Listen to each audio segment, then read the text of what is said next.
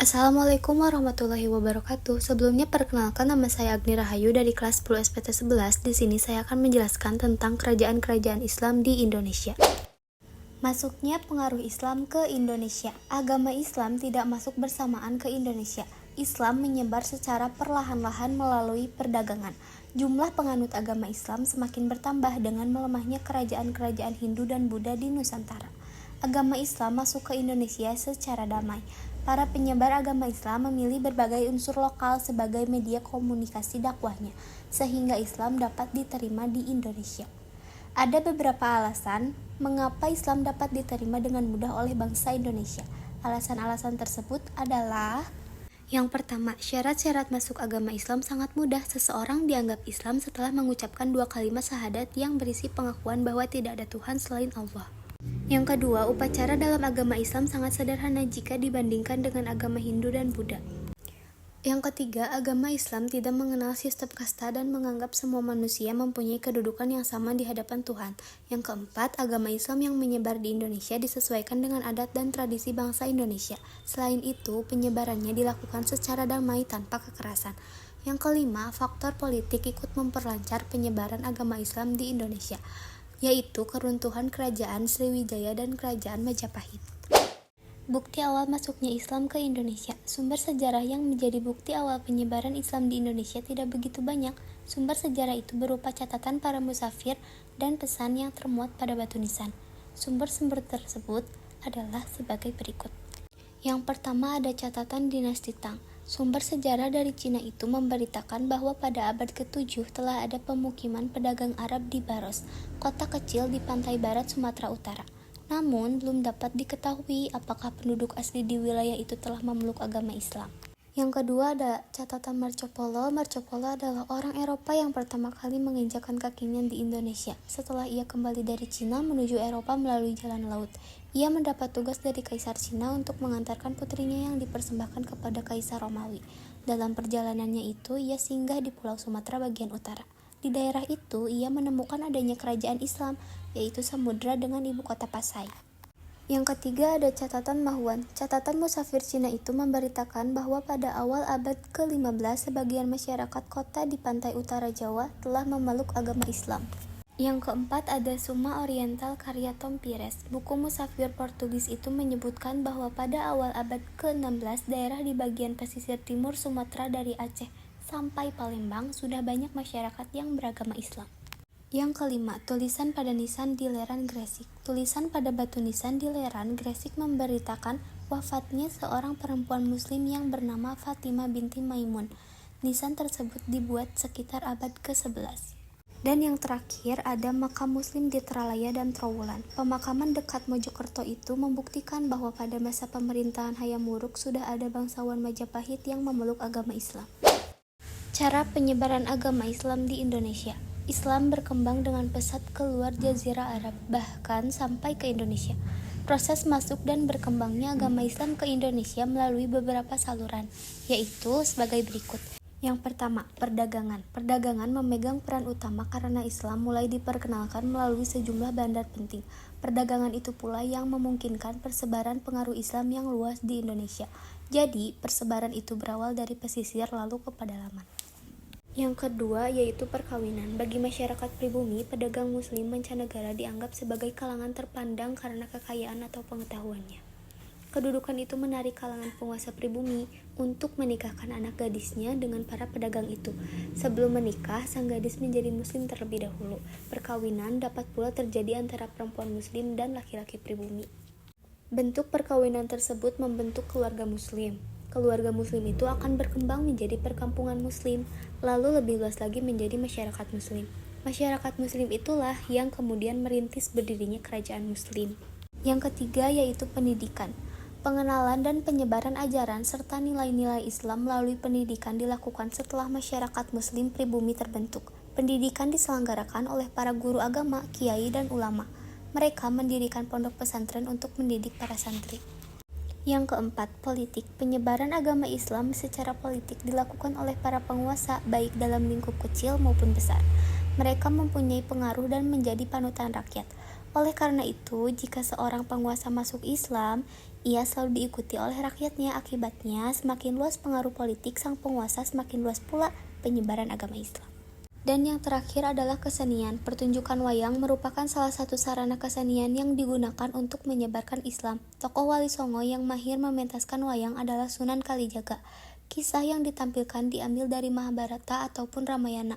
Namun, selama pementasan disisipkan ajaran dan nilai-nilai Islam. Setelah selesai pertunjukan, dalang tidak meminta upah, tetapi mengajak para penonton untuk mengikutinya mengucapkan kalimat syahadat. Pemegang peran penyebaran agama Islam di Indonesia. Pada masa awal penyebaran Islam di Indonesia, Wali Songo berperan besar menyebarkan ajaran Islam kepada masyarakat Jawa. Selain Wali Songo, ada beberapa golongan yang berperan besar menyebarkan ajaran Islam di Indonesia. Proses penyebaran agama Islam di berbagai daerah di Indonesia dilakukan dengan cara yang dapat diterima oleh masyarakat setempat. Dengan demikian, agama Islam dapat diterima dengan mudah oleh bangsa Indonesia. Golongan yang berperan dalam proses penyebaran agama Islam di Indonesia adalah: yang pertama yaitu ulama. Agama Islam pada awalnya dibawa oleh para pedagang dari Arab, Persia, dan India, kemudian disebarkan dan dikembangkan oleh para ulama dan mubalik Indonesia, yaitu sebagai berikut. Yang pertama, Datori Bandang dan Dato Sulaiman yang menyebarkan agama Islam di Goa dan Talo, Sulawesi Selatan. Yang kedua, Datori Bandang bersama Tuan Tunggangri Parangan yang melanjutkan penyebaran agama Islam sampai ke Kutai, Kalimantan Timur.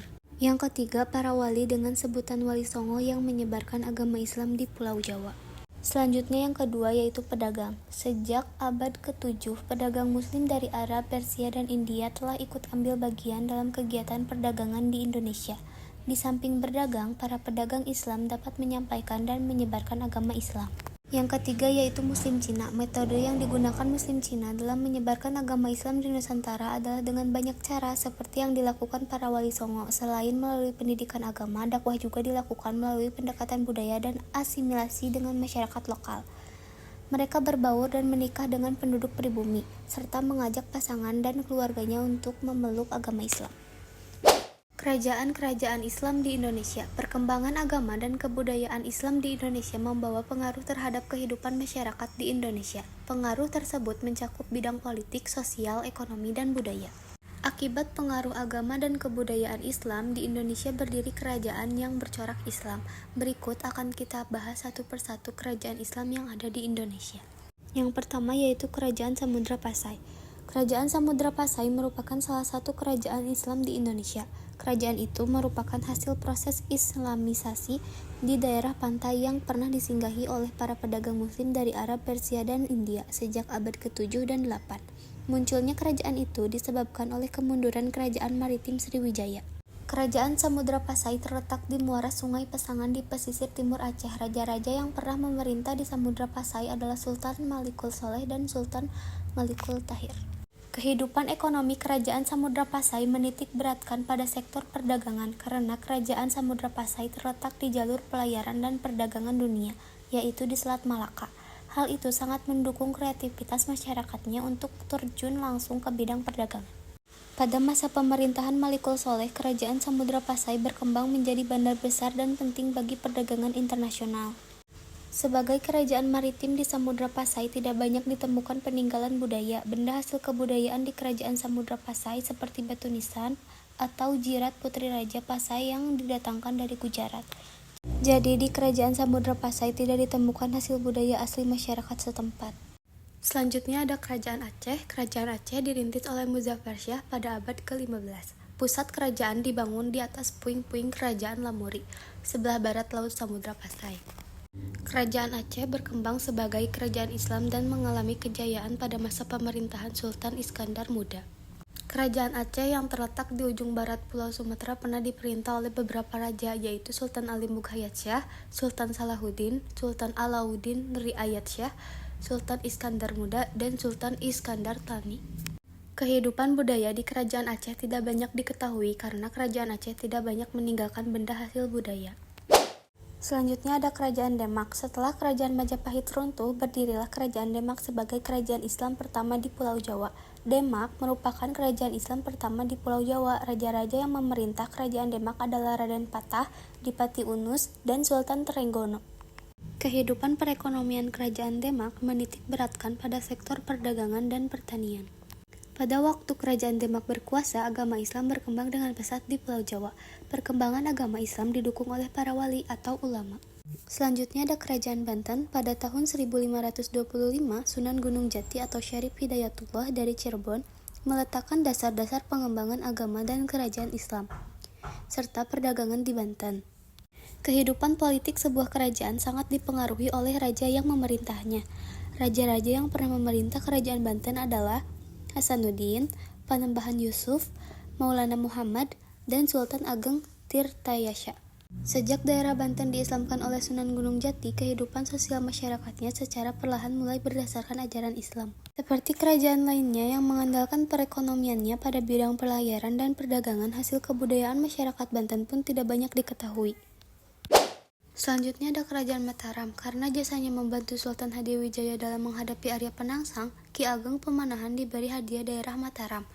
Ia kemudian secara resmi menjadi penguasa Mataram di bawah Pajang.